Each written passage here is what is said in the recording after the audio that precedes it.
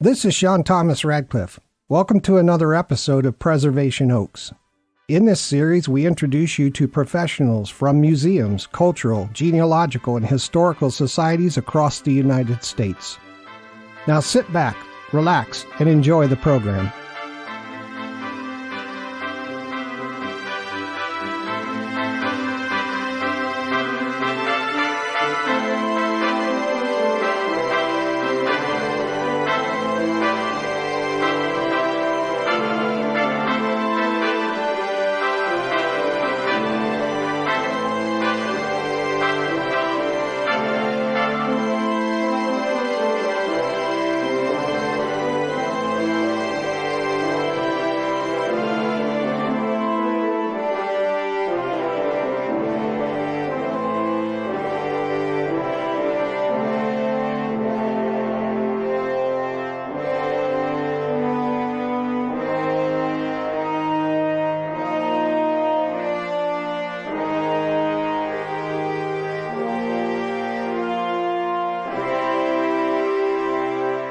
Good day, everyone.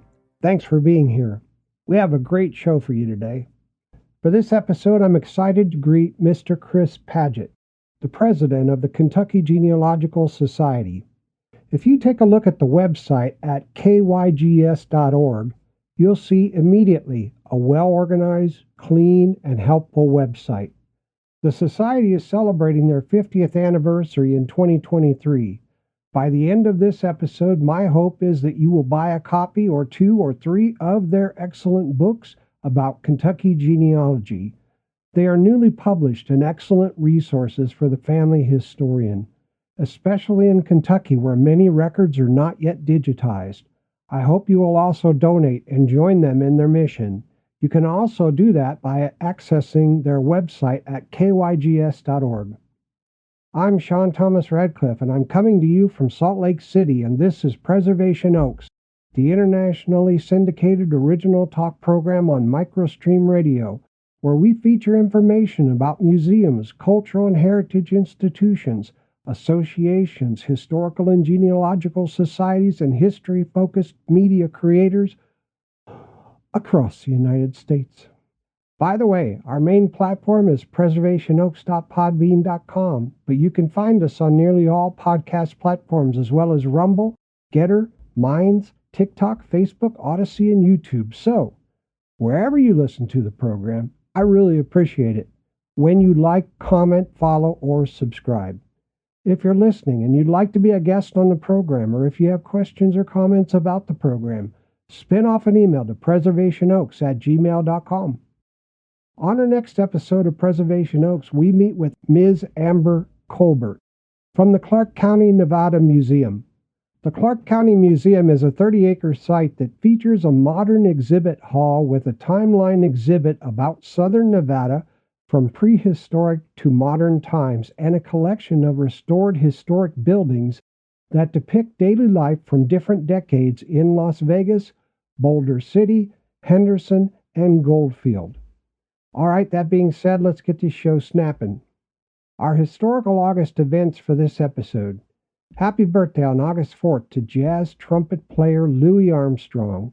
He lived from 1901 to 1971 and was born in New Orleans, Louisiana. Known as Satchmo, he appeared in many films and is best known for his renditions of It's a Wonderful World and Hello, Dolly. Happy birthday on August 6th to penicillin discoverer Alex Fleming, who lived from 1881 to 1955. He was born in Lockfield, Scotland. By accident, he found mold from soil, killed deadly bacteria without injuring human tissue. He received the Nobel Prize in 1954. What would we do without penicillin? Man. Happy birthday on August 10th to Herbert Hoover, who lived from 1874 to 1964. The 31st U.S. president was born in West Branch, Iowa. He was the first president born west of the Mississippi. On August 14, 1935, President Roosevelt signed the Social Security Act establishing the system which guarantees pensions to those who retire at age 65. The Social Security system also aids states in providing financial aid to dependent children, the blind, and others, as well as administering a system of unemployment insurance. On August 14, 1941, after 3 days of secret meetings aboard warships off the coast of Newfoundland, the Atlantic Charter was issued by President Franklin D. Roosevelt and British Prime Minister Winston Churchill.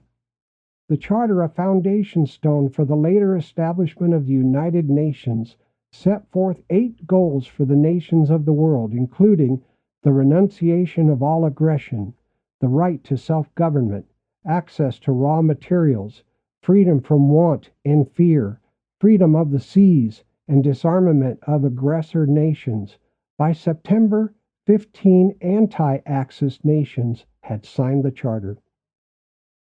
Happy birthday on August 18th to American explorer Meriwether Lewis, who lived from 1774 to 1809. He was born near Charlottesville, Virginia. Along with William Clark, he explored the American West, and in 1805, after a journey of over 18 months, reached the Pacific Ocean. Happy birthday on August 26th to American inventor Lee DeForest, who lived from 1873 to 1961. He was born at Council Bluffs, Iowa. He held hundreds of patents for inventions and was also a pioneer in the creation of wireless radio broadcasting and television. And finally, happy birthday on August 29th to British philosopher and pioneer in modern political thinking, John Locke. He lived from 1632 to 1704. He was born in Brighton, England. His ideas greatly influenced American colonists, namely that rulers derive their power only from the consent of the governed, and the doctrine that men naturally possess certain rights, the chief being life, liberty, and property. Thank you to thehistoryplace.com for today's historic events. Let's drink some tea, some Twinings tea. That's good tea, good tea. Our guest today, Chris Padgett's passion for genealogy was kindled by his parents, who were both avid family historians, who caught the genealogy bug after being captivated by the Roots television miniseries in 1977.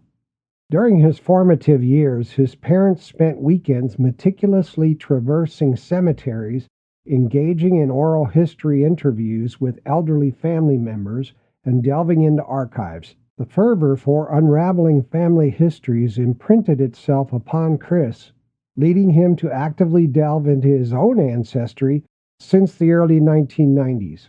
In recent times, Chris has served as the president of the Kentucky Genealogical Societies for a span of 4 years. Throughout his presidency, he has orchestrated more than 100 virtual education presentations, shedding light on various facets of researching Kentucky ancestors. In collaboration with 2 fellow researchers, he played a pivotal role in establishment of the Kentucky Digitization Grant Fund.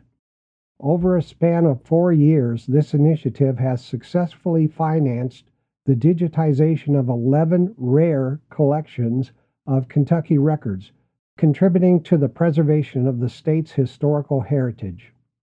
Adding to his accomplishments, Chris not only penned the introduction, but also contributed a chapter to the Essential Guide to Kentucky's Family Research, a publication that made its debut in March 2023. This guide stands as a significant milestone, marking the first comprehensive publication catering to Kentucky genealogy research in over 3 decades. A native of Louisville, Chris Padgett's genealogical pursuits have spanned more than 30 counties. His quest for ancestral roots has taken him to libraries and archives scattered across the United States, reflecting his dedication to unearthing and sharing the rich tapestry of history that shapes Kentucky and beyond. All right, welcome to the program, Chris. Thank you. I'm glad to be here, Sean. Congratulations on your 50th anniversary this year. What kind of celebrations has the Kentucky Genealogical Society planned? Well, when we first started planning, we were thinking about having like a big gala celebration and having a bluegrass band and catering and all that sort of thing. But then what we really decided was we wanted to focus on something that was important to the mission. And so this year we have published 2 guides to help folks who are piecing together their Kentucky family trees. And these are the first Kentucky guidebooks published in over 30 years. We've also produced a 5-part educational series, which we are making free to the public, which runs throughout the month of September. And it's called Becoming a Genealogist or Family Historian. So we now already have, I just looked today, we have over 500 folks that have registered for this all over the place. We're also offering a number of virtual educational opportunities throughout the year. And we've got lots of just fun things planned throughout the year to help celebrate the year.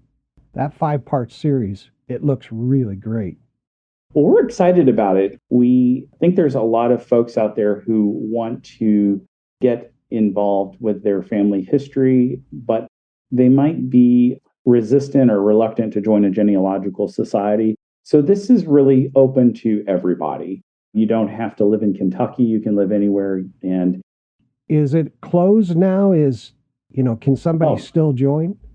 Yeah, no. So we are offering this 5-part series throughout the month of September. It is completely open. You can register up until the beginning of the series. It's every Friday in September. It's taught by Susan Court, who is a pro-genealogist. She's been researching for decades. She's published a number of family genealogies. She's very involved in the Kentucky genealogical community. And she's an attorney. She's based in Arlington, Virginia. Nice. And we're just so excited to be able to offer that because it's for everybody. So as I mentioned, I think we have up to about 500 registrations at this point, which is great. And I think there's a lot of folks out there who, when they think about family history or genealogy, they might be a little bit reluctant because they like, I don't know how to do this. I don't even know where to begin. So this is for the beginner. Maybe they just took a DNA test, or they don't really even know. They're just getting started. This is for folks who really want to just start learning more about their family history. Okay, fantastic. Now, you were talking about the books that you published as well. You published the first one. It was The Essential Guide to Kentucky Family Research. And now you've published the second one, Kentucky and Its Kin, an in-depth guide to genealogical resources in Kentucky and beyond. What's the difference between the two? Right. So the first guide, as I mentioned, this was the first Kentucky guide that's been published in about 30 years. The last guide was published by one of our members back in 1992 with Ancestry, before it was Ancestry.com. It was published in 92. The author was Roseanne Hogan, and she's one of our members. The first guide is a guide to helping you piece together your Kentucky family tree. So it is all about all of the resources, how researching in Kentucky is unique from researching in other places. It provides folks sort of step-by-step what they need to know to put together the Kentucky family tree. And it goes to everything from records that are available to cemeteries to how to locate an obituary, researching different churches. I mean, it is very comprehensive. The second guide, Kentucky and Its Kin, really gets into the archives and to the record repositories themselves. So one of the really neat features of Kentucky and Its Kin is there is a breakdown of the holdings of the Kentucky Department for Library and Archives, which is the state archives of Kentucky. And we provide county by county what records are available at the Kentucky archives. And in addition to that, we go into the various archives in universities, archives in historical societies, and other institutions throughout Kentucky. So it's much more in-depth around the records themselves, the record collections. So the first guide is, how to research in Kentucky, how researching in Kentucky is unique and different. The second guide is a companion, and it's really all about the record collections and the archives that you will need to be able to piece together your Kentucky family trees. Boy, that's fantastic. And we're excited about these two. I mean, we had not published in decades. The Society hasn't published anything since, I believe, the 1990s was the last time it published a very niche book on cemeteries. and probate records. And we launched the first book in March. We just launched the second book last month. And so far, we've had a lot of success. And all of the profits from the sale of these two books, they go to what we call the Kentucky Digitization Grant Fund. So when we talk about records in Kentucky, which are very different from records in other states, the vast majority of Kentucky records are not online. Some records have been digitized by, the major genealogy sites that everyone is familiar with, like Ancestry or Family Search. But there is a number of record collections that have never seen the light of day that are sitting on microfilm reels in archives. And so, while you can find some vital records online, finding other records, it really requires you to have to go in person to be able to access these records. So what we are doing with the Kentucky Digitization Grant Fund is we are trying to get more of these records digitized. And we might talk about this a little bit later, but we're also collaborating with Family Search to get more of Kentucky's archival records digitized and online. So, both the Kentucky Digitization Grant Fund and then our collaboration with Family Search, it's sort of a two-prong approach to try to just get more records accessible to people. That's fantastic. Really, really cool. A lot of great work you're doing. Now, I know Kentucky at one point was part of Virginia. That's correct. Yep. I've got a family that has a brick wall where it's the family was in Crab Orchard, Kentucky, and they were there at the time that it was part of Virginia. So are you including those Virginia records into the digitization? So if you are researching early Kentucky, very early Kentucky, when it was a county of Virginia, it very well may be that the records you need may be in Virginia. I'm glad you brought this up because Kentucky's county formations are just pretty crazy. Kentucky has 120 counties today, which is, I believe, we have more counties than all other states but two. I think Texas and Georgia have more counties than Kentucky, but we have a lot of counties. And as a result, you have to really understand the county formation changes. So in the Essential Guide to Kentucky Family Research, we actually walk you through the formation changes over time in Kentucky. But if you're one of those gifted people who has early Kentucky ancestors who were here when Kentucky was made a state in 1792, you will need to be doing research in Virginia, probably in the Library of Virginia, because a lot of Kentucky county records, when Kentucky was a county of Virginia, are in Virginia. They are not in Kentucky. Or they could be in archives all over the place. There are primary source Kentucky records all over the country. I hear about different collections all the time. I just heard about a collection of Kentucky records that's sitting at the Huntington Library out in Pasadena, California. Oh, wow. So, Kentucky people, Kentucky was a major route for westward expansion. And as a result, you're going to find records kind of all over the place. I'll be darned. That is really cool. Thank you for that. Yes. What's the history of the Kentucky Genealogical Society? Well, it's interesting. It was initially founded by a gentleman who was living in Iowa, of all places. Now, he was a native Kentuckian, but he had moved to Iowa for his work. He just thought, why doesn't Kentucky have a genealogical society? And this was in the early 70s. So he started writing letters to folks. And, this is also near the same time when Roots, the television series, was going to come out in 77, I believe. And so, in that time frame, a number of folks started kind of building a little community through letter writing. And then Edwin Selby, who was our founder, he came back to Kentucky and he ended up organizing a community of folks.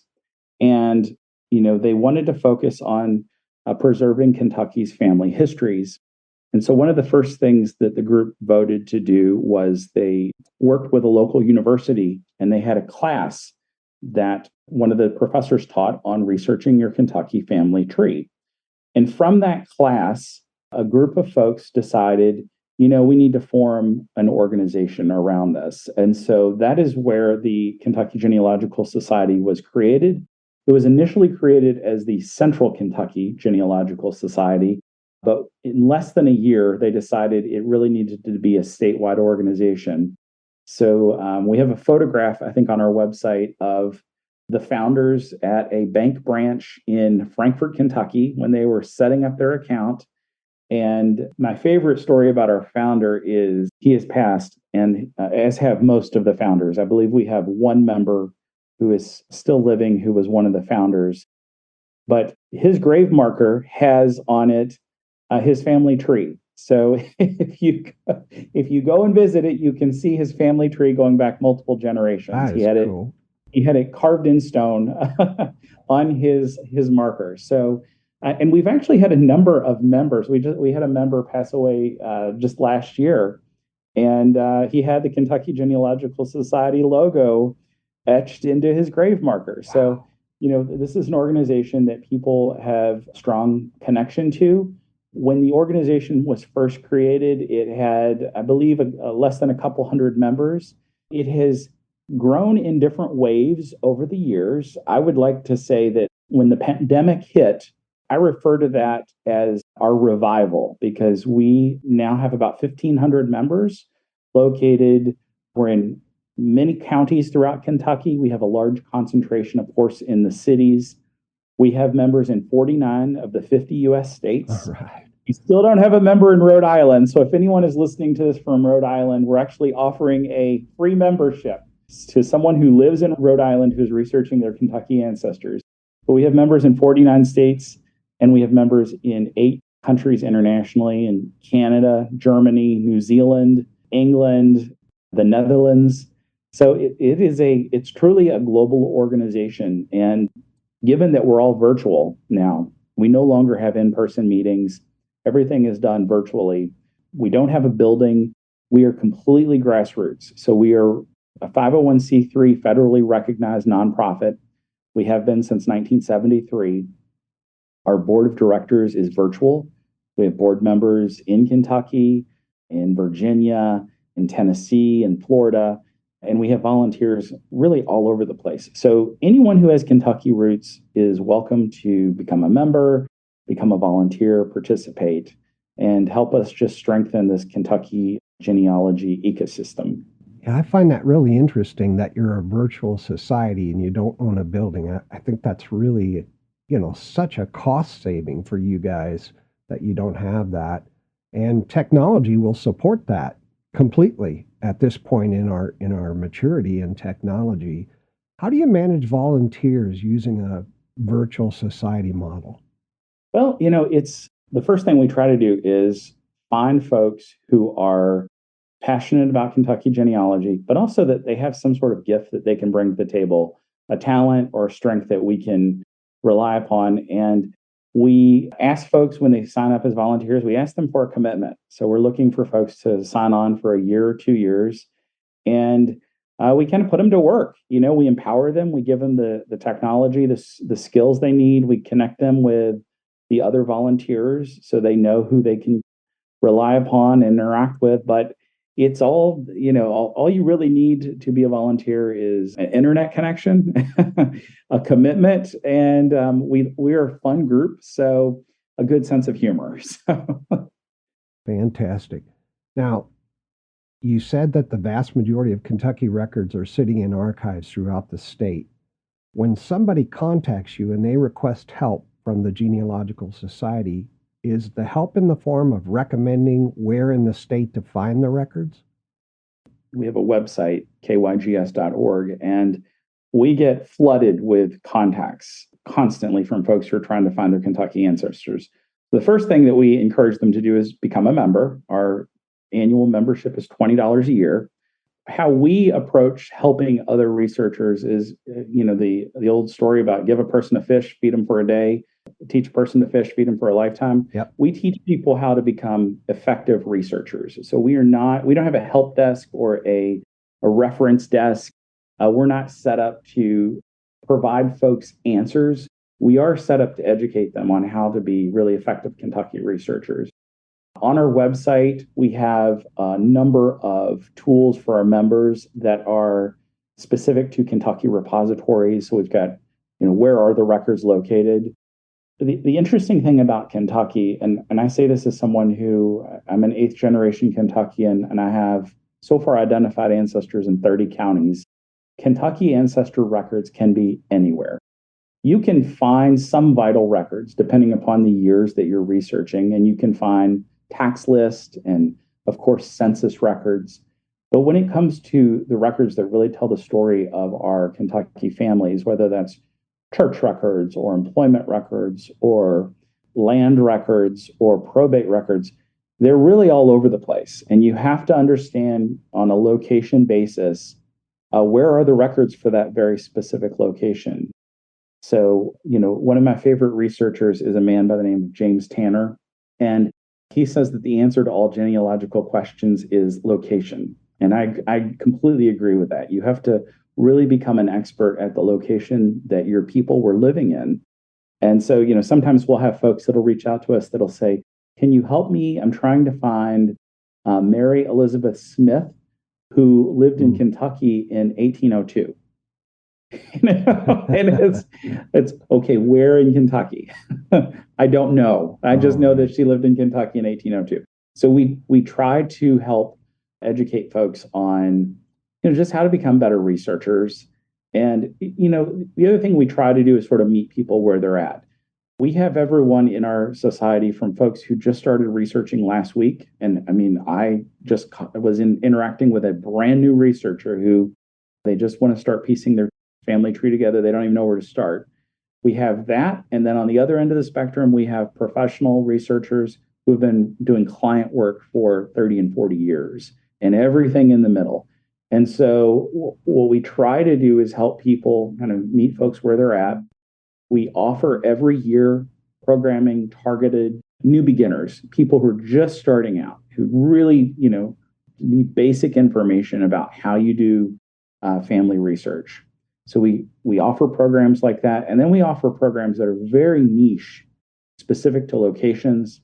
We just offered a program. We have a series called Researching in the Counties, where we put the spotlight on individual Kentucky counties. Oh, nice. And we just did one with Glenn Riggs in Henderson County, Kentucky. He's an expert genealogist in the Henderson area.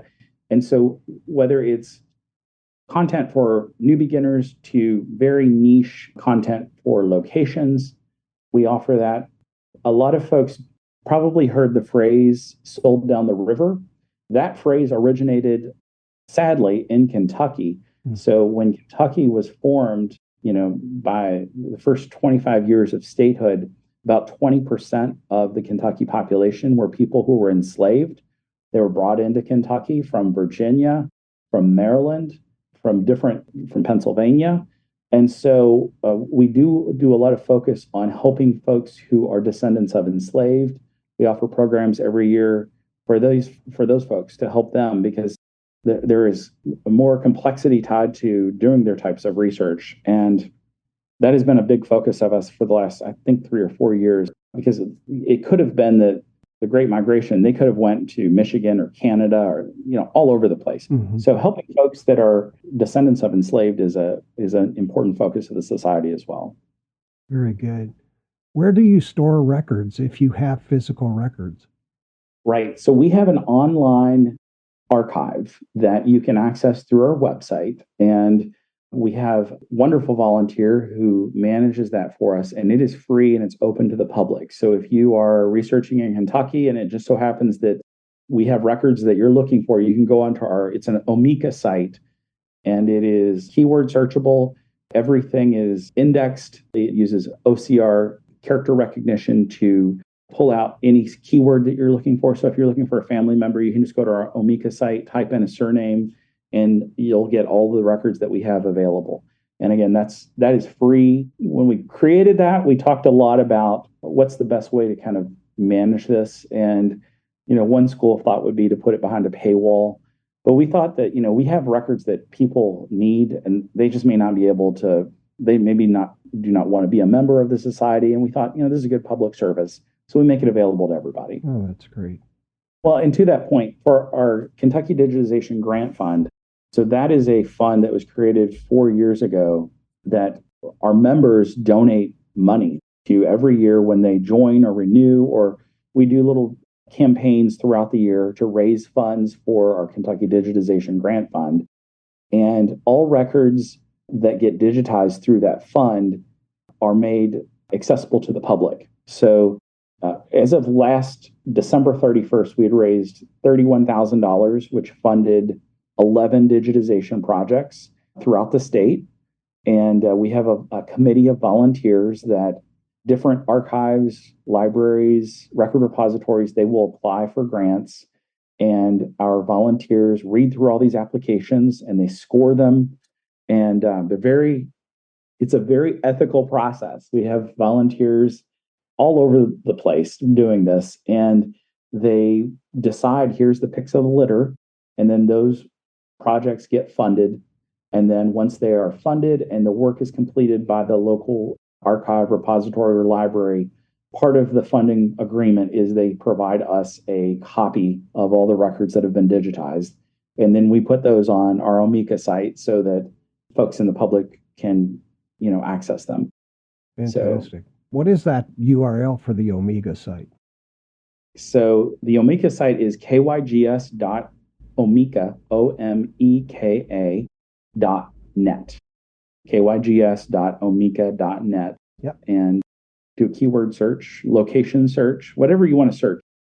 The neat thing about the software is as soon as we load the records on Omeka, it automatically behind the scenes indexes them for us. So we don't have to do any of that manually. Fantastic. Now, you're a virtual society, but do you bring members or offer to bring members or have any kind of event during the year where members come in to celebrate or any of that? Yeah. So what we are going to be doing in the next year is our research road trips, where because our members are scattered all over the place, what they tell us they're really most interested in is being able to participate in organized road trips to archives, record repositories, libraries, where they can do research, for a full day. We've done those in the past. With the pandemic, we kind of stopped doing those, but the interest is there again for doing research road trips. So we're going to do those again in 2024. We have not done any sort of organized in-person gatherings, just because up until recently, we've had a lot of members who just did not want to meet in person, even though in the pandemic, it continues to persist. But folks just, when we have surveyed them, they've not been interested in coming together. So that's fine. We're continuing to operate virtually. And I think, as time goes on, we might identify some other in-person opportunities. Okay, fantastic. Now, I'd like to provide listeners with the contact information for the Kentucky Genealogical Society. Their home is Kentucky Genealogical Society. It's kygs.org. You can find them on Facebook at KY Gene Society, GENSOC. The Omeka site is kygs.omeka.net. That's the archive, and it's searchable. And on X, which was formerly known as Twitter, you can find them at the Kentucky Genealogical Society. Can you provide the audience with the variety of your membership and the mission and objectives of your society? So we have members in their 30s, 40s, 50s, 60s, 70s, 80s, and 90s. Our last board of directors, we had actually 4 generations involved on the board. And it's a mix. We've got a lot of our membership are women. I would say it's probably about 60, 70% women, and then about 30 to 40% men. Folks located all over the place. We have people who are in different professions, retirees, we have attorneys, we have teachers, we have, folks that are living in cities, we have folks in rural areas. It is really kind of a very mixed community. And as I said, you've got people who just started out researching last week, and then you've got professionals who have clients that have been researching for 30 and 40 years. And so the tie that binds them all together is that they have Kentucky ancestors that they are researching or that are important to them, or they just identify as a Kentucky researcher, or they have Kentucky ancestors. They want to stay connected to the genealogical community. And so the mission of the organization is really to advance the education of Kentucky researchers. And so we do that through just a whole host of educational offerings throughout the year. Those are, again, all virtual. It's to bring Kentucky ancestors together. So all of our members, we have this really interesting website where they can, once they become a member, they're able to connect online through a sort of interactive social network that we've created that we call our chat rooms. And so members are able to connect with one another. They can post queries, share information between one another. They've got a challenge that they're trying to work on, or they're looking for a record, they can post it and then folks can respond to it. So it's really sort of like wisdom of the crowd. And it's a step beyond what you would normally see in like social media and Facebook, because these are actual, genuine researchers who are focused on Kentucky. And then our preservation is critical. It's critically important to our organization, central part of our mission. And so that is where our Kentucky Digitization Grant Fund sits, which is getting as many Kentucky records that are rare, one-of-a-kind records that if it weren't for the society, they would, again, just be sitting on a shelf somewhere. Folks probably wouldn't know where they were located or how to be able to access them. Through the Digitization Grant Fund, we focus on the most rare, important records first. So that's, we're not interested in digitizing records where there's multiple copies in multiple locations. We're looking for things that are very niche, one of a kind, but that are important for Kentucky researchers. And if it's okay, I'll give you an example. So one of the first projects that we took on through that was the Bullitt Family Papers Project. So the Bullitt family was one of the wealthiest families in Kentucky. They were involved in human trafficking and had enslaved folks for multiple generations, which is where a lot of their wealth originated. Large landholders, very involved politically in the state. One of them was the Solicitor General of the United States. So this is a very wealthy, powerful family. And their papers were all in an archive in Jefferson County, sitting on a shelf. And that archive came to us and said, we want to apply for your grant. And so the grant committee, evaluated the application, said, absolutely. What we discovered through those papers were, names of the enslaved that the Bullitt family had for generations. So all of those records now, which previously folks may not have even known they existed, those are available online and they're searchable. And so you can, if you're a descendant of one of those folks, you can find that information out. Previously, it was very difficult to access it. You had to go on site to a facility. You had to know what collection you were looking for. So that's an example of the types of collections that we are focusing on. Ones that really, from a research standpoint, you can get the biggest bang for your buck. And then the other part of our focus on this is our collaboration with Family Search. So Family Search, largest organization globally focused on getting records digitized and accessible. They heard about our grant fund. So about 2 or 3 years ago, I got a phone call one day from someone at Family Search, and they were like, hey, we heard what you were all doing in terms of your grant fund. How can we help? And what we kind of decided during that conversation was that what we are doing in terms of the grant fund is really focused on sort of niche, unique record collections, probably not the type of projects that are a good fit for Family Search. But Family Search, there are lots of collections that would be a wonderful fit for Family Search that are big, county-wide collections. And so we entered into this unique collaboration with them where we have a team of volunteers that first they canvass county by county to understand what records are not online or not digitized. And our volunteers, working with Family Search, we got a lot of information from Family Search, got on the phones, and started emailing and tracking down all these different types of records. So we actually created an output of that was a canvas of a lot of the major Kentucky record collections that I'd never had seen this before, but it was compiled by our volunteers. And what we are now doing is we're working with Family Search and the Society is working with the Kentucky Archives in Frankfort, and we're in the agreement phase right now where we are going to be focusing on 3 big Kentucky counties in northern Kentucky to get those records digitized and accessible on Family Search. Oh, and let me back right up. Our first project with Family Search was in Jefferson County. So Jefferson County's had this record collection called the Jefferson County Estate Settlement Books. And the collection was from 1800. So Kentucky was founded in 1792. So 1800 through 1910. So 110 years of estate settlement records for the state's largest county.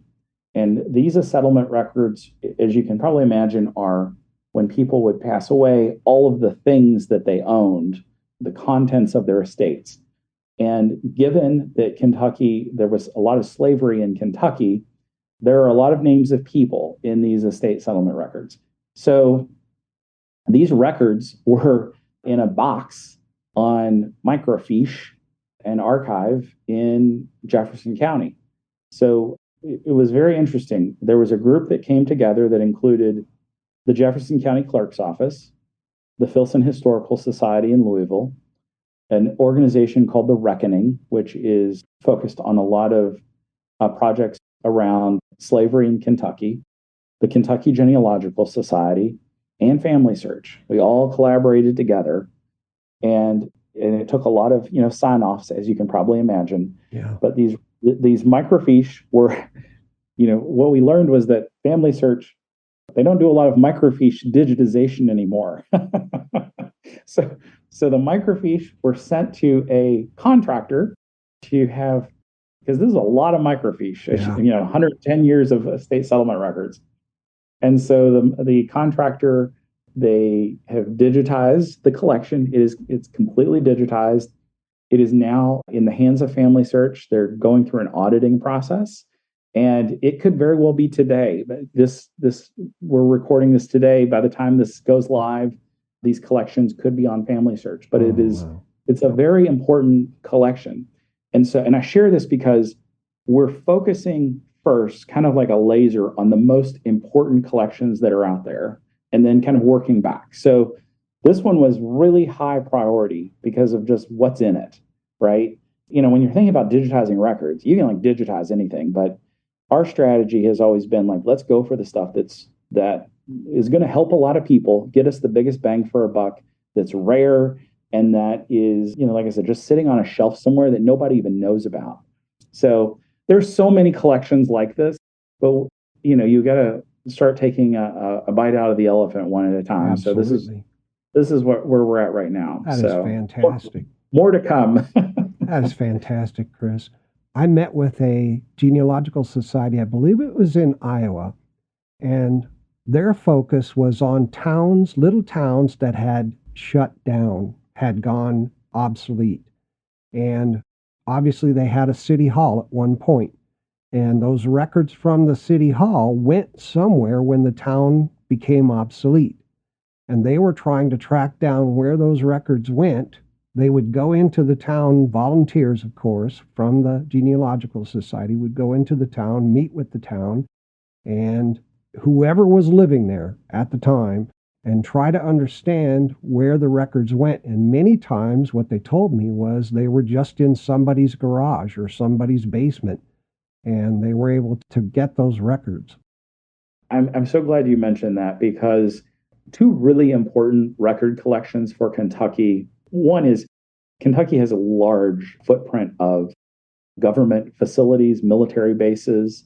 There's Fort Knox, there's Fort Campbell, there's a number of the national forests, there's Mammoth Cave, there's what was Naval Ordnance, which was there's the Bluegrass Army Depot. Large military and government organizations had or have footprints in Kentucky. So a lot of Kentucky records, of course, at NARA, whether those are in Atlanta, College Park, St. Louis. I've actually heard that there are Kentucky records in other NARA facilities that you wouldn't expect them to be located at. But so there is a lot of Kentucky records at NARA. And I always tell folks, if you're researching in Kentucky and you have any connection whatsoever to the government, there could be records in the National Archives. Yeah. So that's a really good insight. Another insight that I will share, Sean, that's based on what you're talking about, these communities that no longer exist. People always ask me, what's your favorite Kentucky record collection? And I always tell them the collection, it's house repositories. It's the collections that are in people's attics and basement. I tell folks, in Kentucky, you could have a set of third great grandparents that had 10 children. And those 10 children each had 5 or 6 children who, now here we are 4 or 5 generations later. Those family ephemera and records, they didn't get thrown away. They're sitting in the house of one of your cousins that you just don't even know about. A few years ago, I was contacted by a third cousin of mine, which I didn't realize it at the time, but I had met her when I was very, very young at my grandparents' house when she was much younger. And she had stumbled upon an online tree that I had. And she was like, are you researching this particular ancestor? And I said, yes, I am. And she was like, I am too. Why don't you come over to my house and maybe we can, work together on this. So, one day, just sort of out of the blue, went over to this. At the time, I thought it was a stranger. As I said, I didn't know her until we sort of pieced it together. Like, oh, yeah, we met a long time ago. But I went over and she had a gold mine of resources on my great grandmother and her family, and things that I'd never seen or touched. And I had things that she had never seen or touched. And so we collaborated together, and just through that one effort, broke through multiple brick walls. And so Kentucky records are in people's homes. People in Kentucky hold on to things. There's a story that I will share about a cemetery that I visited with my mother. I think I mentioned that both my mom and my dad, they were both family historians. And so growing up, they would take me to lots of interviews with elderly family members where they'd get out a tape recorder, or we'd go to a cemetery or meetups where they would, exchange photos with folks. And I went with my mom to the cemetery. This was about 5 years ago. We pull into this rural cemetery. It's up on a hill, and we're walking around looking at these markers. Lots of our ancestors are buried there. And this gentleman pulls up in a pickup truck. He's got the gun rack on the back, And, here I am with my 80-year-old mother, and I'm like, okay, what's going on here? Because here we are, people from the city down here in the country walking around in a cemetery. And the gentleman comes up and he asks us, he's like, do you have people in here? And we're like, yes, we do. And he's like, we're probably cousins. And so we start talking to him, learning that he, owns the farm right next to the cemetery, and he keeps an eye on the place, thankfully. And so the next thing you know, he's inviting us back to his house. We discovered that we were third cousins during that conversation. And he was like, so is this stuff you're interested in that's important to you? And I'm like, oh, yeah, it is. He's like, well, hold on a second. Goes back into his back room, comes back with this box, opens it up, and it's all of this family ephemera, Wow. Photo albums, family Bible, marriage documents, birth records. And then this was the icing on the cake. He had the sexton's record of the cemetery, who was buried in the cemetery. He had the document. Wow. And he was like, do you want this stuff? And I said, yes, we'd love to have this. He's like, good. He's like, because I'm an old man. I'm not going to be around here much longer. And when I die, this stuff is all going to get thrown out. So here, take it. Very cool. So, I share this because this is what happens in Kentucky. And it's why it's so important that you do descendancy research and you learn who your cousins are. And it's not easy doing that type of research, but the payoffs can be enormous. Not everyone has family ephemera, but there are a lot of people who do. And sometimes they don't even know what they have, but they know they've got a box sitting on a shelf somewhere, and they'll open it up and they'll share it with you. So that is, to me, the most important Kentucky record collection, because your cousins could have something that is really important to you. So we help our members learn about things like that, learn insights like that can help them do research. A lot of folks, when they're doing research, they just think of like, who are my parents, my grandparents, my great grandparents. Yeah. Well, to get to house repositories, you've got to go beyond that. Yep. So, yeah. Absolutely. Chris, I hate to interrupt, but it's time for a break for a few minutes. Sure. All right, listeners, we'll be right back after these important messages.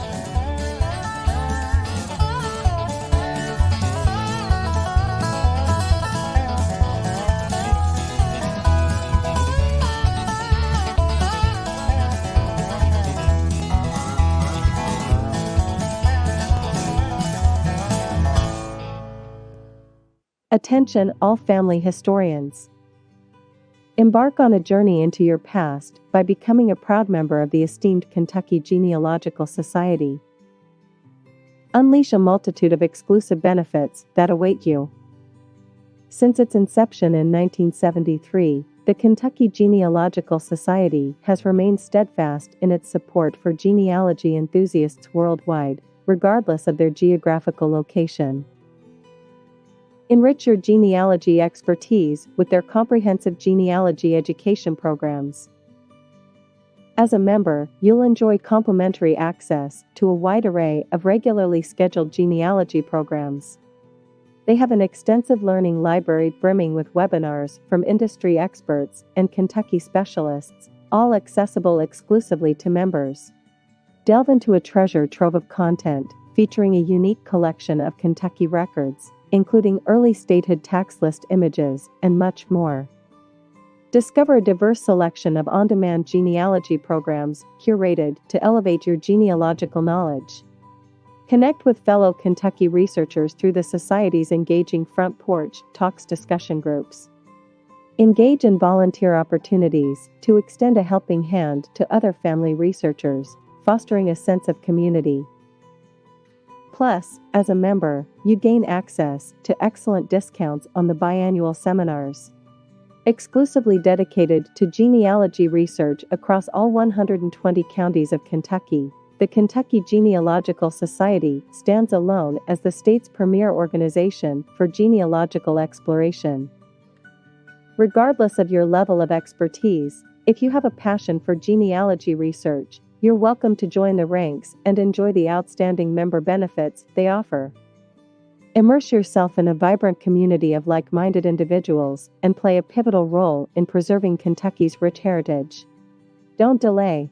Embrace your genealogical journey and join the Kentucky Genealogical Society today. For more information, visit kygs.org. You'll be glad you did.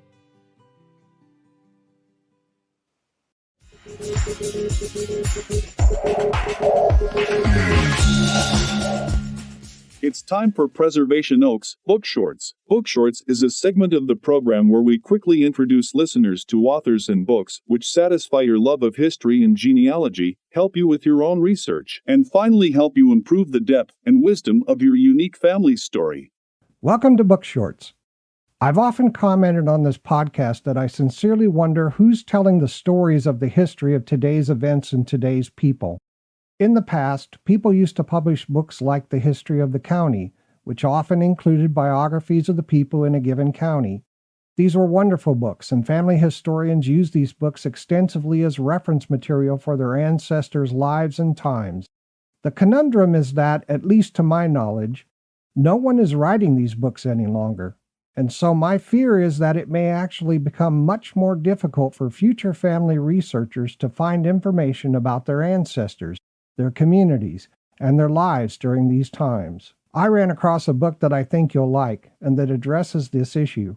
On this installment of Book Shorts, we're very privileged to be joined by author Michelle Fishburne to chat about her new book, Who We Are Now: Stories of What Americans Lost and Found During the COVID-19 Pandemic. I believe this book will help every reader understand how others were feeling about the pandemic and how they dealt with the dramatic shift in our lives during this time in history. The book is published by UNC Press. Michelle, welcome to Book Shorts. Thank you, Sean, for having me. I really appreciate it. First of all, I'd like to say how awesome the concept of your new book is. I'm really excited about people meeting the 100 people in this book. So I appreciate that you're excited because I think people will really connect with each and every one of them. Yeah, 100 people. That's fantastic. How did you think of this idea? Well, it didn't come about a natural way. Maybe a lot of ideas don't. I had lost my job in the COVID spring from a nonprofit, and I was laid off, and I tried for months and months and months to find a new job, and I had no success. And so on July 30th of 2020, the lease on my post-divorce house was up, and my youngest was going off to college. So I found myself without a house, a spouse, a job, or a kid to take care of. And that was pretty scary for a 57-year-old woman who never thought that she was going to be in that position. Oh, yeah. And so, but what I did have was my motorhome and my dog Buddy and tons of curiosity about what people's lives were like during the pandemic. And every time I heard about a new type of profession in the pandemic, like what somebody was going through, like a ballet dancer, how does a ballet dancer in a ballet company keep their muscle memory and everything when they can't practice with everybody else? So I was super curious. And so I thought to myself, well, what am I going to do when the movers come and take all my stuff and put it in storage and I move into my motorhome? And I thought, you know what? I'm just going to start driving and I'm just going to ask people about their lives during the pandemic. And I don't know if you're familiar with Humans of New York, Brandon Stanton's work. No. But he went and photographed thousands of people. And as he was doing it, he asked them about their lives. And I thought, all right, I'll sort of do a Humans of New York website. I'll share it on social media and I'll use this to get a job and then I'll be done. But as I was doing it, people said to me, you mean this isn't a book? You mean you aren't preserving this for posterity? You mean you aren't offering this up to the rest of the world so that they can process what we've all been through? And so then I realized that I was actually being pretty selfish and that really it's something I needed to do for everybody. So that's how it became a book. Wow, that's fantastic. What a great idea. Can you give us an overview of the book? Sure. I interviewed hundreds of people all over the United States, most of them face to face, between September 2020 and September 2021 about their lives during the pandemic. I made sure that they were very, very diverse people from all over the country. And I asked them all the same question, which was this. It's January 1st, 2020. What was your 2020 supposed to be like? And what did it end up being like through to the present? And I recorded them on my phone on the Otter app, which is a transcription app. So I caught their audio and it turned it into text. And most people spoke for about 30 to 45 minutes, almost literally without breathing. People were so ready to tell their story. It was pretty incredible. You have a great cross section of individuals in different fields. Oh, yeah. A ballet company manager, a mayor, a gun shop owner, a restaurant owner in New York City, a hair salon stylist in a retirement community in Montana, a mobile axe throwing business owner in Georgia, nurses, doctors, parents who lost children, performing actors and musicians. Yeah, it's a broad, diverse group. Fantastic. Where's the best place for somebody to get a copy of the book? Well, I think the easiest thing to do probably is to go to my website, whowearenow.us, and go to the book page, and that tells you various places where you can get it online. And of course, go to your independent bookstores, and hopefully they will have it. And I'm doing some book events. My first one is a virtual book event with Greenlight Bookstore in Brooklyn the night before the book comes out in hard copy on March 14th. So on March 13th, I'll be talking about it, and my interviewer will be a gentleman by the name of Chris Belair, who is a monologue writer for Jimmy Fallon's show. And Chris is in the book, and he will be interviewing me virtually about the various people in the book. Oh, that's fantastic. Are you on Twitter? I am on Twitter. The handle is whowearenow.USA. I have to follow you there. Oh, thank you. Yep, no problem. Are you working on another book? I am. It's been hard to find another subject that is equally as compelling. And so I had thought about climate change, and then pivoted to something that was a little bit more, I don't know, upbeat. So I was going to go around and interview people about their unusual lives, living in tree houses and lighthouses and off the grid, and people living in school buses, etc. And that was the plan, and I had already started it. But this past weekend, I lost my little traveling companion, Buddy. And so I don't know that I want to go and do the motorhome all over again for 12,000 miles without him. So I am reassessing, but for sure there's going to be another Who We Are Now book. And what the topic will be, maybe I don't quite yet know, but it'll have the same format, which is just a listening and sharing out of a collection of diverse people's stories about something that touches each of us. I thank you so much for doing this work. That is just great. Well, I really enjoy it, and I fell into it just by being curious about everybody else. And Sean, one of the things I found on the road is almost every person I interviewed, after I interviewed them, they said to me, how is everybody else doing? How are people doing out there? Yeah. Can you tell me a story? Like, we're all curious about each other. We really are. It's one of the great things about being human. Fantastic. Well, I hope your book does well, and I really appreciate it. Listeners, order a copy of this excellent book, which tells an important true life story about today's history of the COVID-19 pandemic. Thank you, Michelle, for being a guest on Book Shorts, and I'd like to thank you for your time and for your book. Thank you, Sean. Thank you for having me on again. You come back anytime when you write your next one. Look me up. Sounds great. You got a deal. Thank you very much. Bye-bye. All right, listeners, Michelle also has a website about the book. The URL is www.whowearenow.us. If anyone would like to follow Michelle's life as a full-time nomad, living and working from her RV, Airbnbs, and house-setting gigs, you can follow her on Instagram at Michelle Fishburne, that's Fishburne, and or TikTok at Michelle.Fishburne. Everyone can order this new book, Who We Are Now, Stories of What Americans Lost and Found During the COVID-19 Pandemic. Once you've read it, be sure to leave a review, and I'd love to hear from you as well with comments about what you think of the book. I thank you in advance for doing that. Much appreciated. Okay, we'll see you all on the next Book Shorts.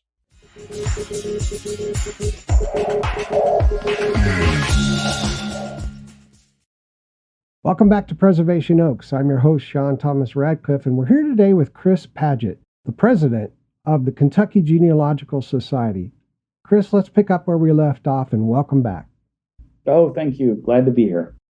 Chris, I want to ask you how it came to be that you were president of the Kentucky Genealogical Society.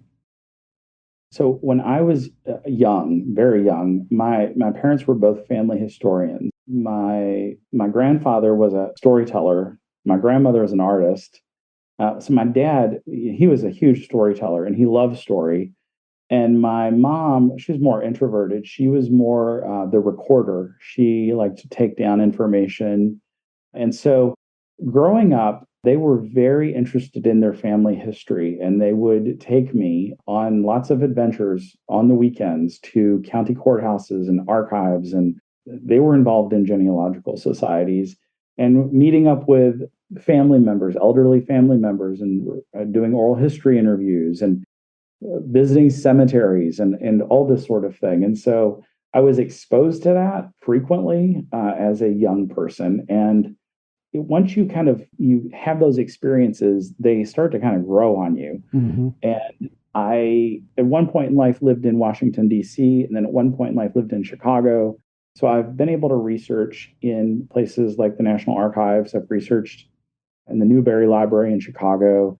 And then at some point, I just started becoming very interested in it. And it's like once you are into it, you're into it. And so I enjoy traveling to places where my ancestors once lived. I love going to different institutions that have record collections. And I joined the society, I believe, in 2017 because they offered a program that I was interested in. And then, one thing led to another, and then I was serving on the board. And then a lot of the board members, they had done their part and they wanted to move on. So I served on the board and then I became president. And so I'm now wrapping up the fourth year of I'm in a 2-year term. We have term limits. So my term ends at the end of December, which has been a wonderful experience. It has been a lot of work. My term started in January, right before COVID hit.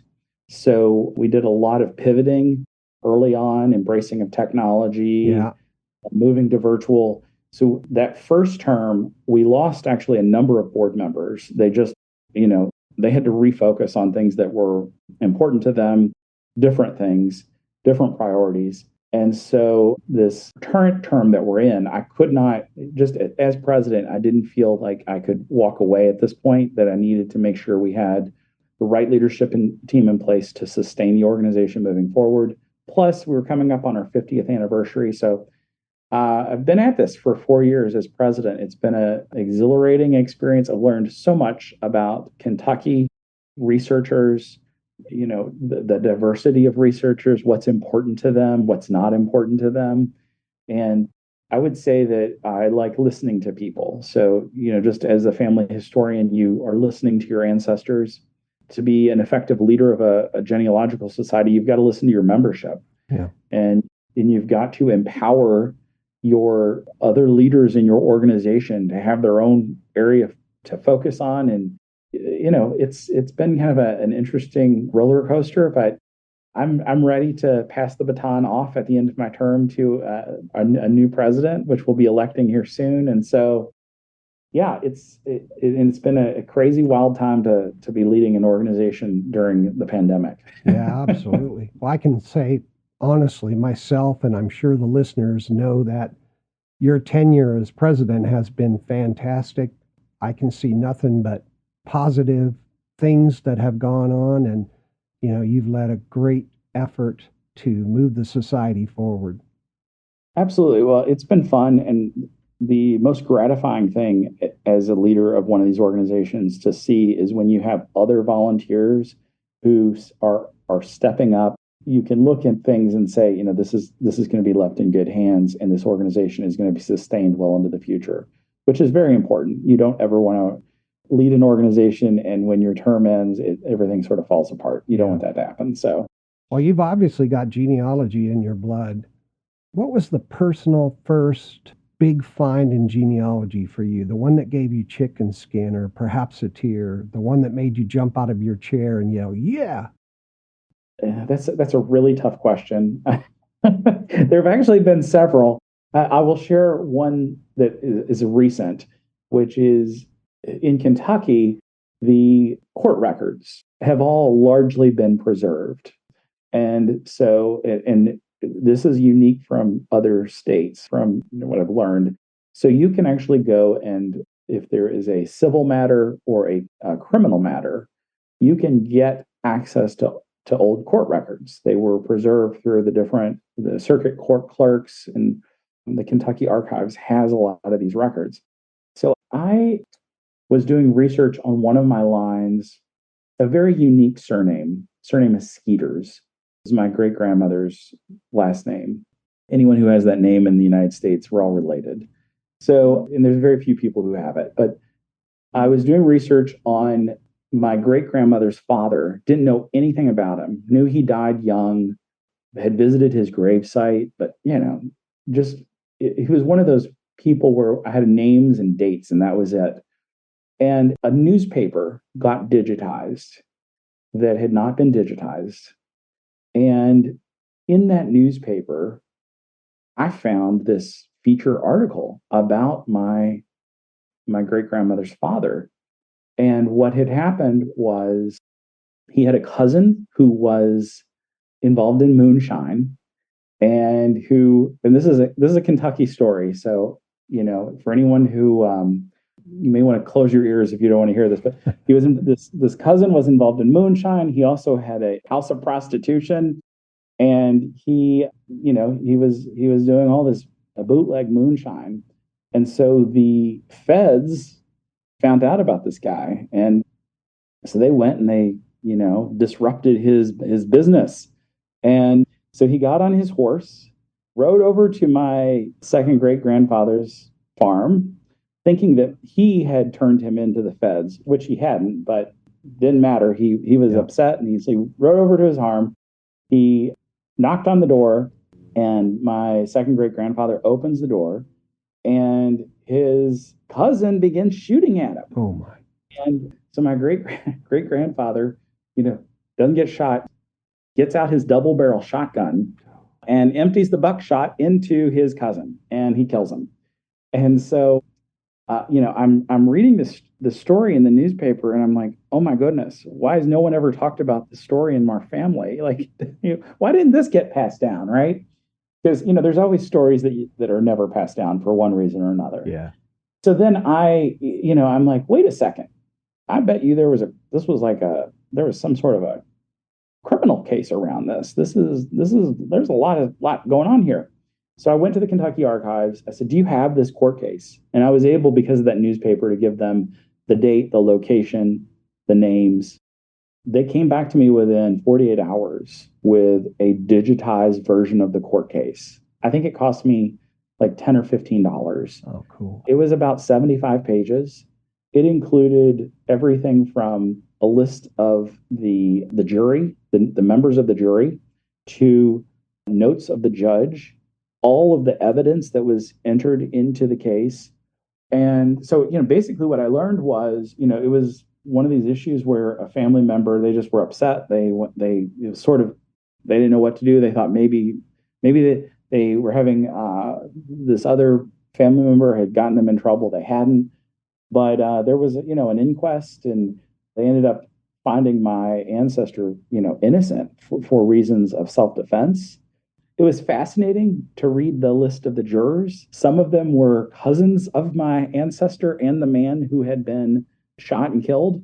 So they were cousins of both of these people, because this is in a little small community. The jury is going to be made up of the people who lived around you. Those are going to be your cousins, right? So finding all that information out is part of what made me realize why it was so important to get more Kentucky records digitized, because there's stories like this out there that people just don't know about. And because they're on a newspaper that hasn't been digitized, or in a book or a collection that hasn't been digitized. So that was a really interesting, just piecing all that together. Is typical Kentucky story. Moonshine is really, that was like a thing in Kentucky, as it was in a lot of places. Oh yeah. And being able to now, I don't have a picture of that ancestor, but I have a picture in my mind of what he had to endure. And, can you imagine having to go grab your double barrel shotgun to save your life? That's really crazy. So, yeah. But again, that's like a typical Kentucky story. There are stories like this all over the place, just waiting to be told. And there's more about that ancestor that I haven't had the time to focus on and research, but I find that to be fascinating. And I got a map of where this incident took place. I got in my car one day, drove there. I wanted to see it with my own eyes, take photographs of this location. Of course, none of the structures aren't there anymore, but I got a sense of this is where all this happened, So is that the ancestor that you would believe that you're most attached to because you know them so well, or is there someone else in your tree? Oh, goodness. There's a lot of people that I'm attached to. I'm one of those people who actually believes that we, our values and the choices that we make that our ancestors play a big role in them. I think that the values that I walk around with and that I carry inside of me are the values of my ancestors. I have an ancestor who served in the Spanish-American War. He was quite a character. He was a German.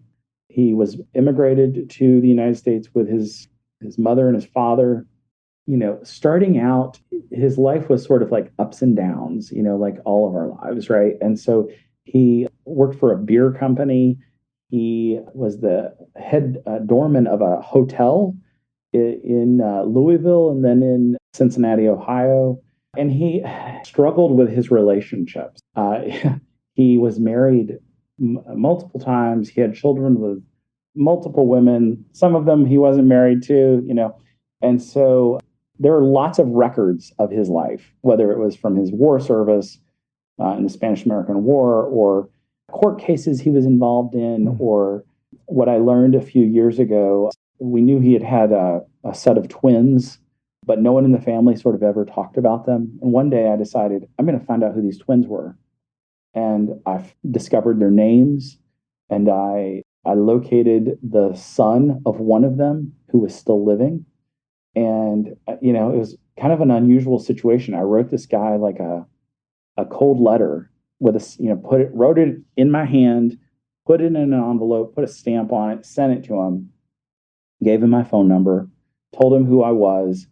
I was interested if he knew any information about this man that I was researching, who was his grandfather. And he wrote me back, and then he said, I'm going to call you. So he called me on the phone. He's like, I think I know who this is. He's like, my father never really talked about him, but in his Bible, when he died, I found a picture of this man that you're talking about, and his name was written on the back of it. Do you want a copy of this picture? And I was like, yes, I want a copy of the picture. And we began exchanging information about this person. And through that process, I discovered he had another daughter who she got estranged from the family. So she would have been my great grandmother's half sister. She at some point was in jail when she was a juvenile. You can't access juvenile prison records in Kentucky. I learned that one. But once she got out of jail, her life turned around. She moved out to San Francisco, California, to the Castro district. And she did pretty well, outlived her husband. They had no children. And so I'm researching her one day, and I discover her death record, discover where she's buried. And I'm like, this woman owned a house in the Castro. What happened with her things? I'm sort of sitting there thinking like she owned property. So I contact the courthouse out in San Francisco. They send me, after a fairly lengthy process, they send me her probate record. I'm going through it. It lists her heirs, people's names I've never heard of before. So I go to contact these folks. There's 4 of them. 3 of them are deceased. 1 is still living. So I have this phone call with this gentleman, and he's like, I have a box of her things. Do you want them? Oh, yeah. But yeah, I'd love them. So sends me this box, open it up, and first thing is like a baby photo, and then there's photos from different religious sacraments that she had. All this information about this life of this person who I'd never met until just recently, didn't know her name, but looking at her, she's definitely one of my people. And so it's fascinating kind of going through all of that and trying to pull together a story of a person's life that you've never met before. I could tell you stories like this for hours. I don't know that I feel as connected with her dad as much as he lived a very complicated life, the life of an immigrant coming into this country, having to learn English, having to get acclimated socially, struggling with his relationships, getting in trouble with the law, getting into a fist fight when he was drunk one night, things of this nature. I think I am drawn to his story just because it's an American story, right? Yeah. And here all these years later, he probably never thought that he'd have one of his descendants trying to piece his life together and using things like DNA tests and, things of that nature. But that's what we do as researchers. And I just love learning more about the people that I come from. And everyone is sort of unique and interesting. And with each of them, there's a little bit of them that I see in myself, and I'm not like all of them, and I'm not like all of their aspects and traits, but there are certain traits that I see and I'm like, oh, this is a trait from this ancestor. I believe the same way you do, that our ancestors are sort of in us in some way. And I see correlations from my life to their life. And I want to tell listeners that what you've just heard from Chris is that you're not alone. This ride is part of genealogy research. It's what makes it so interesting. You get to know the people that you're researching and you develop a connection to them. Hey, Chris, what kind of funding model supports the society? What are your funding goals this year? Yeah, so we're really lucky. Because we've been in existence for 50 years, we have had a following of members that every year renew their memberships. And our membership dues are $20 a year. So we've thought about raising them multiple times, but what we believe is that we want the ability to access the community to be as low as possible so as many people can participate. And so membership's $20 annually. We have a lot of members who make donations to the society. They donate $20, $50, $100, $1,000. And so we're able to sustain the society and keep our dues low because of the generosity of our members. And again, we do fundraising for different projects, but all of the fundraising that we do goes to things such as our digitization grant fund or other projects that we're working on at the time. So yeah, if you want to become a member, it's $20 a year. The organization is financially, it's in a good, sound, solid place. And we appreciate all the members that have worked so hard over many years to do that. We're very prudent when it comes to how we spend resources. Our model, because it's virtual, it allows us to not have to spend money on things that you would expect to spend money on if you were a brick and mortar organization. Thank you for that. I read on your website that the Kentucky Genealogical Society is looking for speakers and writers. What can you tell us about that?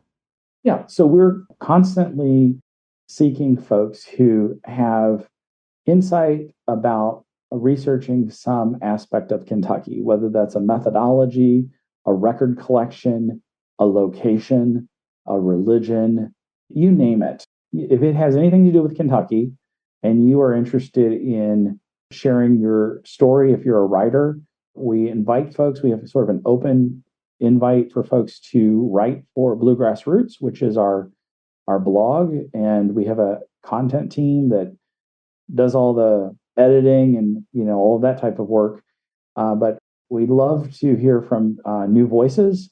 And the same goes for speakers. We're constantly looking for speakers that have, it can be very niche information about Kentucky. In fact, those sometimes are the best presentations.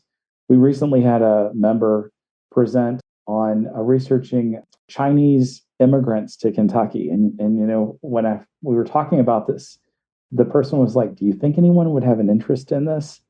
I'm like, "You know what? Yeah, let's." And we had a great response, great turnout for that presentation. So it doesn't matter. Some people might think, "Oh, this isn't really good for a statewide genealogical society." You'd be amazed. There's interest in lots of different topics that we have a presentation on the horizon on Kentucky Jewish genealogy. We're constantly doing presentations on topics that are unique that help people kind of understand how to research their Kentucky ancestors, regardless of like who they are, or where they came from, or what they did. Do you recommend or offer researchers if people would like help? We do have on our website a list of our professional members, and you can access that at kygs.org. And we have different members who focus on different areas and different archives. So you can go onto the website if you're looking to hire a researcher, and you can get in contact with one of those member researchers. We're not involved in the contracting process. We just publish that list as a public service because there are some folks that just want to hire a researcher. They're not interested in doing their own research. And if that's the case, most of the members that I think are on that list are members of the Association of Professional Genealogists, which I always tell folks is a good resource to tap into because they have an ethics code and they have a remediation process if you ever have any issues. I think most of the members that we have on that list are members of APG. Okay, cool. I was reading on your website that you have a learning library. What can you tell us about that? Yes, so that's a really great member benefit. It's, I believe, over 125 video recordings of presentations that have been presented to the members of the society. We record all of our presentations. We put them in that archive. And so when you become a member, you renew your membership, you're able to access the learning library and view those videos on demand. And that is actually one of the most highly trafficked portions of our website. We get a report. I get a report every month on the amount of time that people are spending in the learning library. Last month, it was over 26 days of content being viewed in that library. So it's a very well used resource, and there are topics on there on just about everything pertaining to Kentucky research. So it's a really great resource. And membership is only $20? That's right. I also was reading that you have front porch talks. What's that about? Right. So, for folks who are needing more social interaction, a lot of researchers are introverts, but you can kind of be out there and be alone, and you want to have other people to talk to you about whether it's genealogical research or things that are as a result of the research you're doing. So we have these front porch talks, which are virtual get-togethers. People get together focused on topics that are relevant to them. So there are 3 presently. One is Kentucky pre-1850. So it's people who are researching their Kentucky ancestors pre-1850. There's unique challenges that come to that. So you can interact with folks, very social. It meets once a month and it's virtual. So we have participants in that kind of all over the place. We have a group meeting that is all things DNA. So if you're into DNA or just getting into DNA or want to use DNA, there's a front porch talk around DNA. And finally, there's a front porch talk right now around Scots-Irish. There's a lot of Scots-Irish in Kentucky. And that's a really difficult group to research. So we have a front porch talk around that. We are looking at doing some additional front porch talks in the future, and also what we're calling just like pop-ups. We might just do a topic on one thing pertaining to Kentucky research where folks can do that virtually and participate. Fantastic. That's great. What kinds of volunteer opportunities does the Society have for members and the public? Right. So we have a number of volunteer opportunities. We're always looking for content contributors, folks who are really good with editing or writing or organizing. Folks who are organized, we can put them to work on lots of different things. Of course, we produce a lot of virtual events, so we need people to help us with that. We do fundraising, so if you enjoy fundraising, we have volunteer roles for that. We need volunteers to help us coordinate volunteers. So that's always something that if you enjoy working with people, maybe you have an HR background, we love to make sure that our volunteers are being acknowledged for the work that they're doing. And maybe you've got a special gift or talent that I haven't mentioned.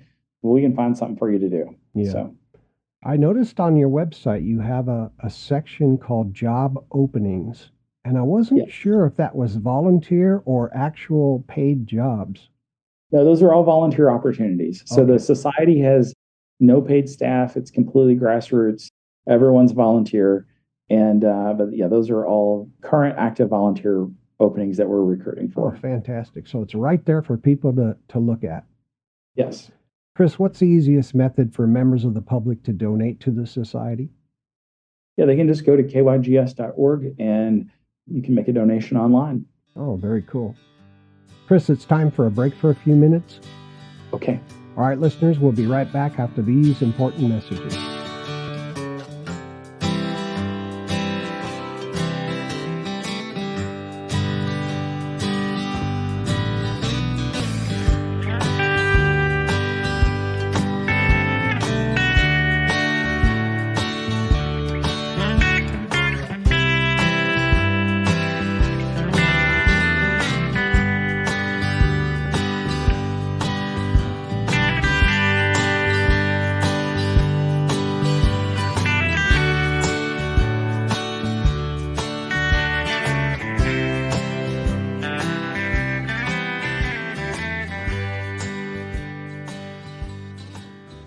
Discover the joy of connecting with new faces, the fulfillment of contributing to a charitable cause, and the excitement of acquiring new skills.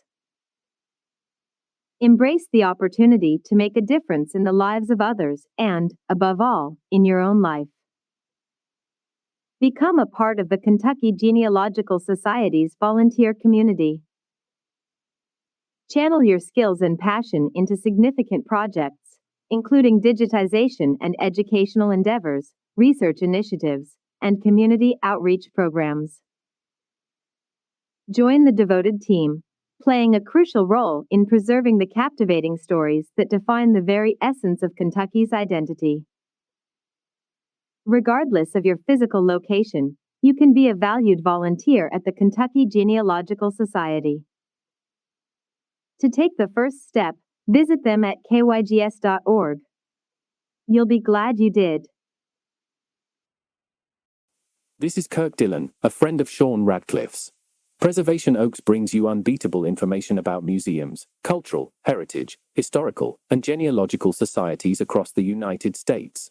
It is a most enjoyable program that enables the public to look under the covers, as it were, and to feel completely comfortable with their decision to donate, join, volunteer with, and support their organization of choice. I strongly encourage you all to give 3 cheers to the unsung heroes that are our nation's Preservation Oaks, for the hard work they do at your local society. It's very important work that really must be done properly, with everyone in the community helping as much as possible. Please follow, like, and listen to each episode of Preservation Oaks, but much more importantly, do please join, donate, and volunteer at one or more of your local societies. Thank you very much. Let me catch up on Preservation Oaks emails. Here's one from Sandy in New York. She says, "Is it out yet?" Okay, here's another one. It's Bill in Arizona saying, "Is it out yet?" Oh man. And now it's Sarah in Minnesota. "Hi, is it out yet?" Stop. I can't read all these. Let me tell you all, the wait is over. A new episode of Preservation Oaks is released every 2 weeks, stuffed with information, history, genealogy, and everything you need to know to support your favorite cultural, genealogical, or historical society or museum throughout the United States. Listen to each new episode only at Preservation Oaks. Yes.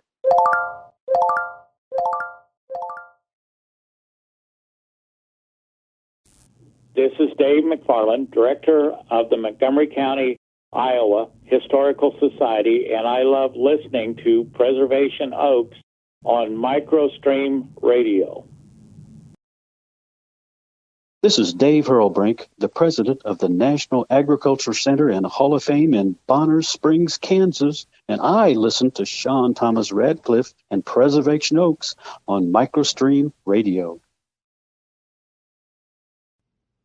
This is Andrew Pankratz, curator of the Dickinson County Historical Society and Museum, and I love listening to Preservation Oaks on MicroStream Radio.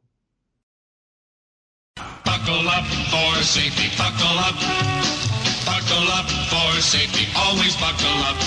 Pull your seatbelt snug, give an extra tug. Buckle up for safety, buckle up. Buckle up for safety, buckle up. Buckle up for safety, always buckle up.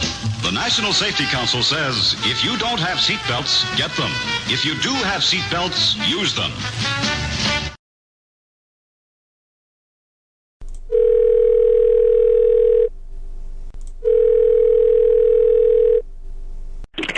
Hello, no one is available to take your call.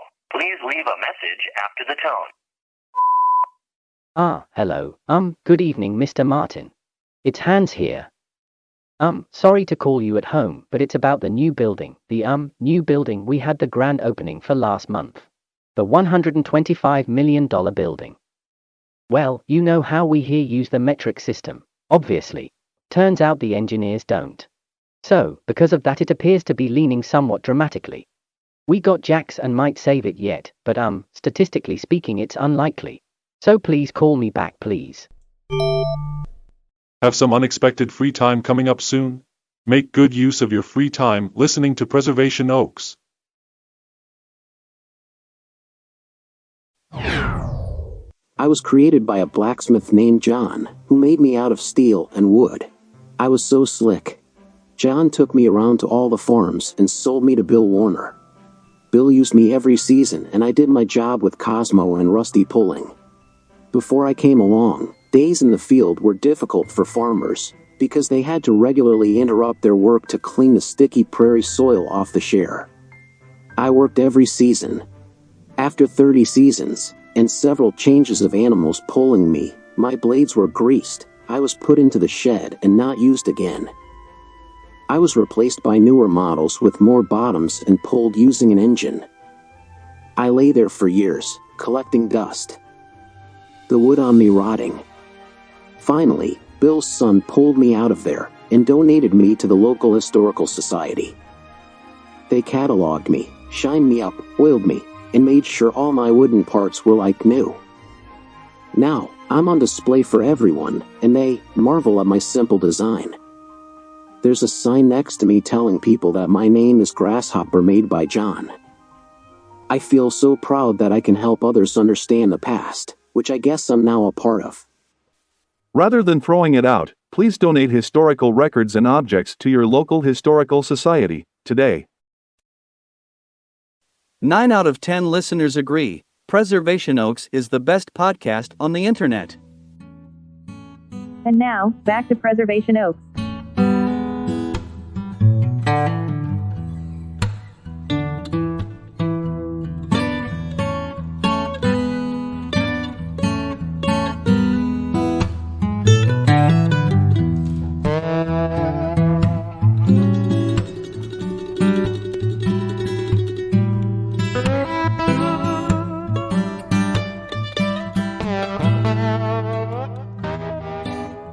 Welcome back to Preservation Oaks. We're here today with Chris Padgett, the president of the Kentucky Genealogical Society.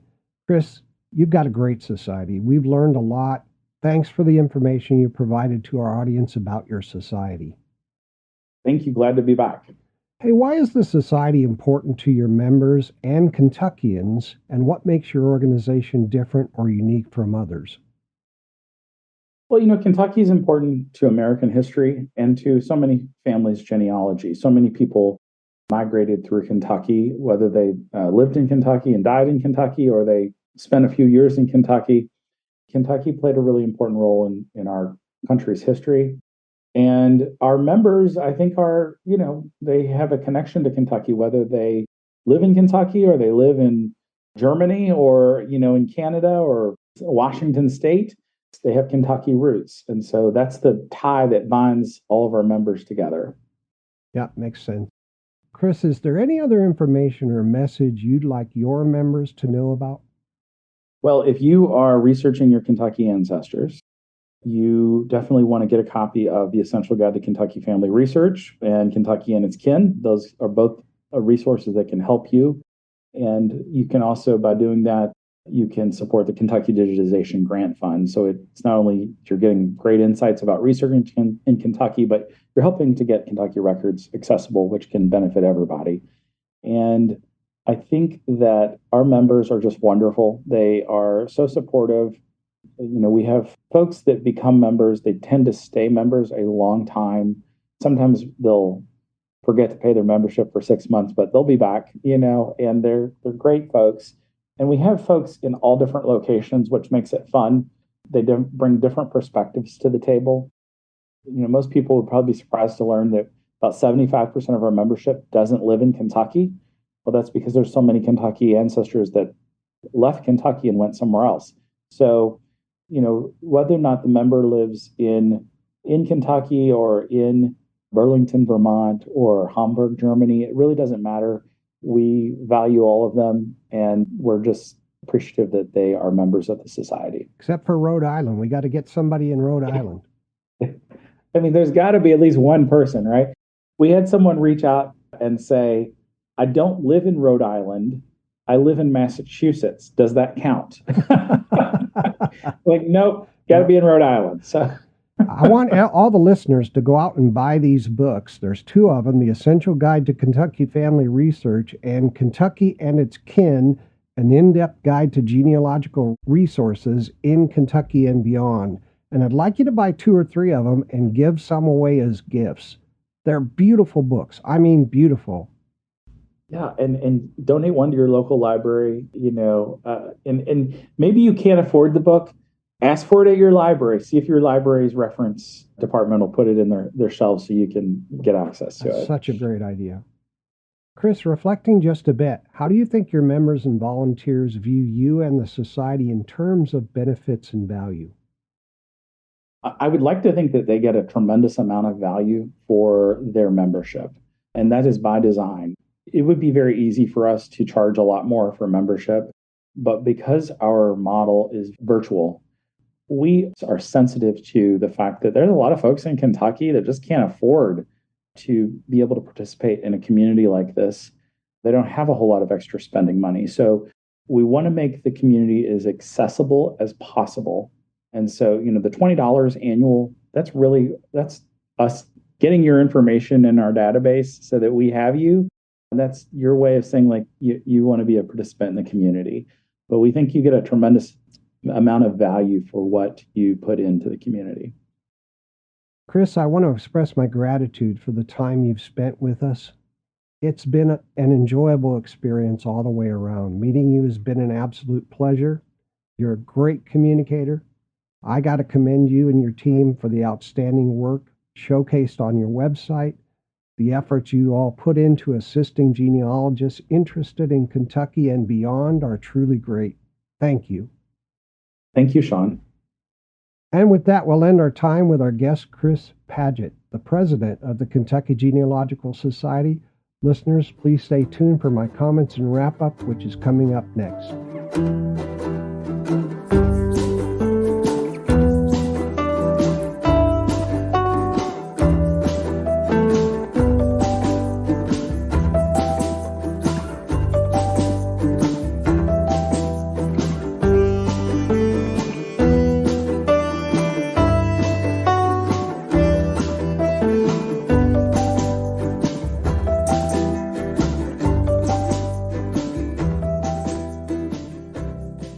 During my travels across our magnificent nation, I have often found myself contemplating the factors that distinguish good organizations from the truly exceptional ones. Through this journey, I've come to realize that the defining element is the indomitable human spirit. This insight becomes strikingly evident to me when I consider the Kentucky Genealogical Society, also known as KYGS, an organization that radiates a remarkable abundance of human spirit. This spirit manifests not only in the passion of its president, Chris Padgett, whose veins course with a love for genealogy, but also in the dedicated volunteers and members who compose the fabric of this society. Such a quality renders KYGS a truly exceptional and unparalleled entity. Spanning 49 states, their membership base reaches far and wide, with a one-time only open invitation extended to Rhode Island residents to join free of charge. Consider the Kentucky Genealogical Society. Even when faced with numerous challenges, they stand undaunted to fulfill the mission of a statewide genealogical society. The bulk of Kentucky's genealogical records remain offline, veiled from digital access. Individuals across the state remain oblivious to the fact that their family's historical ephemera could find a cherished home within the Kentucky Genealogical Society. Rooted in Kentucky's heritage, county-level genealogical societies aspire to maintain independence from the statewide counterpart, thus fostering an opportunity to improve the collaboration among these intertwined organizations.